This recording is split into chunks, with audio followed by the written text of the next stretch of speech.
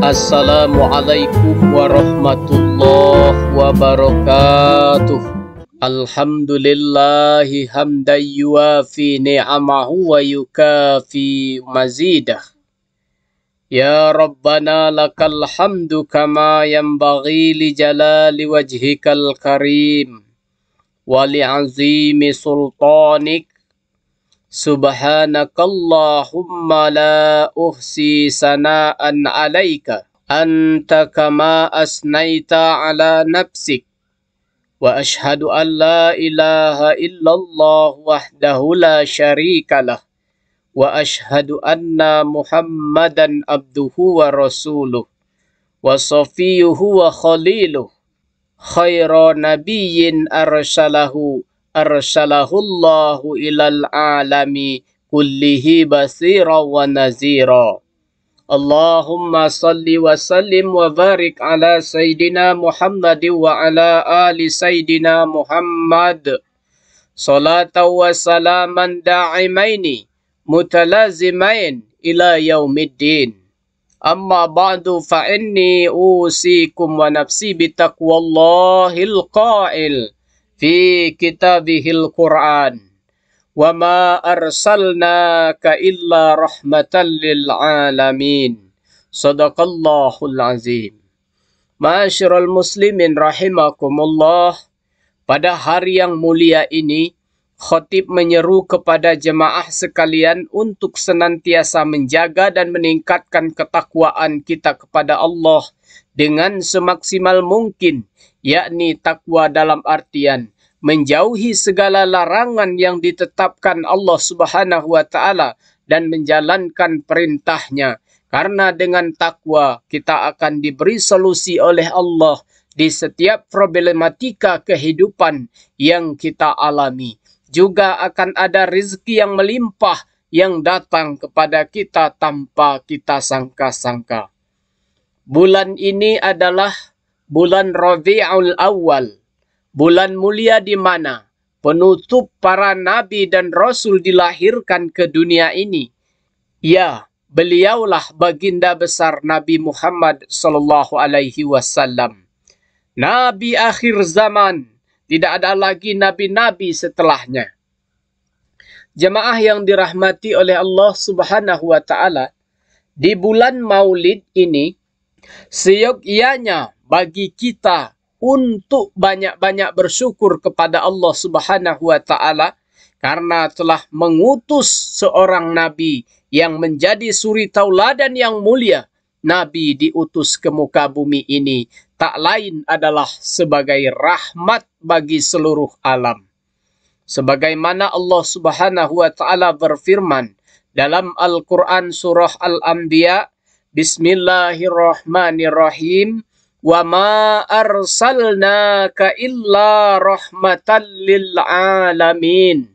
Dan tiadalah kami mengutus kamu melainkan untuk menjadi rahmat bagi semesta alam. Imam Al-Baidawi dalam kitab tafsirnya menyebutkan sebab disebutnya pengutusan Nabi Muhammad sallallahu alaihi wasallam sebagai rahmat dan kasih sayang bagi seluruh alam ialah karena diutusnya Nabi ke seluruh dunia di muka bumi ini menjadi sumber kebahagiaan dan kebaikan bagi kehidupan mereka di dunia maupun di akhirat kelak.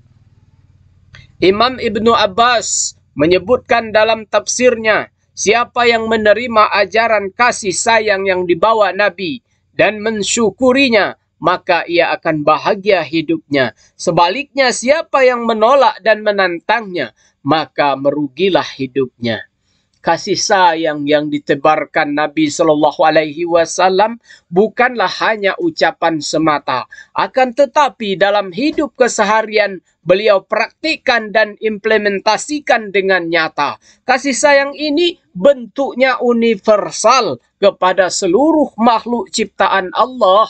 Bahkan kepada orang musyrik pun Nabi Shallallahu Alaihi Wasallam berlaku santun dan mengasihi. Tidakkah kita mengingat bagaimana dahulu Nabi Shallallahu Alaihi Wasallam ketika hijrah ke Taif untuk menghindari permusuhan dari kaumnya, namun ternyata di sana malah mendapatkan perlakuan yang kasar dan permusuhan yang lebih parah hingga Nabi dilempari batu. Kala itu malaikat penjaga gunung menawarkan kepada Nabi, apabila dibolehkan maka ia akan membenturkan kedua gunung di antara kota Taif sehingga orang yang tinggal di sana akan wafat semua. Namun apa sikap Nabi Shallallahu Alaihi Wasallam?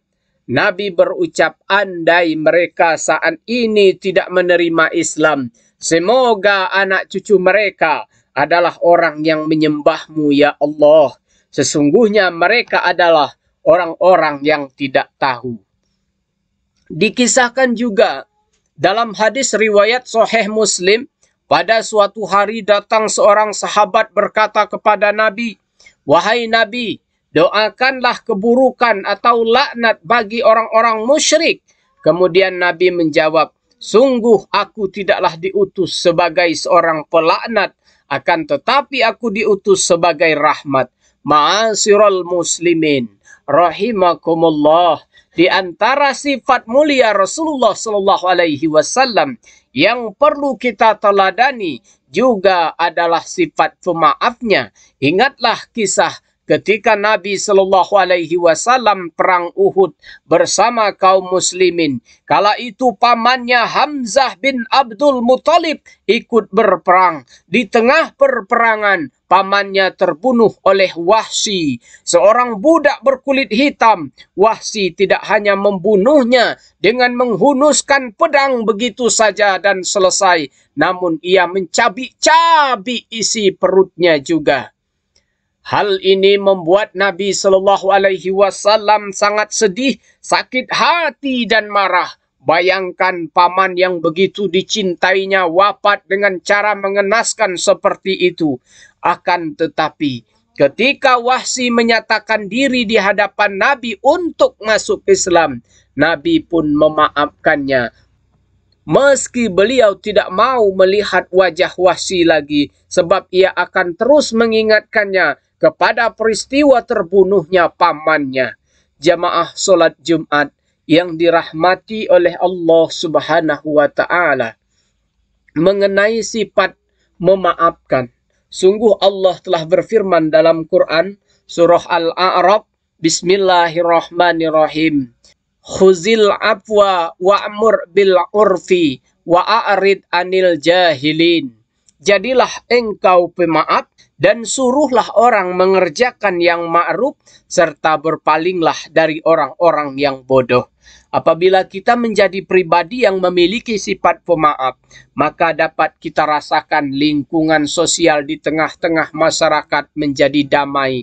Tidak ada dendam yang terjadi di antara manusia. Itulah kasih sayang yang dicontohkan oleh Nabi kita Muhammad Sallallahu Alaihi Wasallam. Semoga di bulan Maulid ini kita dapat meneladani sifat dan akhlak mulia Rasulullah, yang mana dalam mencontoh dan menerapkan akhlaknya terdapat kemaslahatan yang akan kita dapatkan baik di dunia maupun di akhirat. Barakallahu li wa lakum fil Qur'anil azim wa nafa'ani wa iyyakum bima fihi minal ayati wa zikril hakim. Aqulu qawli hadza fastaghfirullahal azim. Innahu huwal ghafur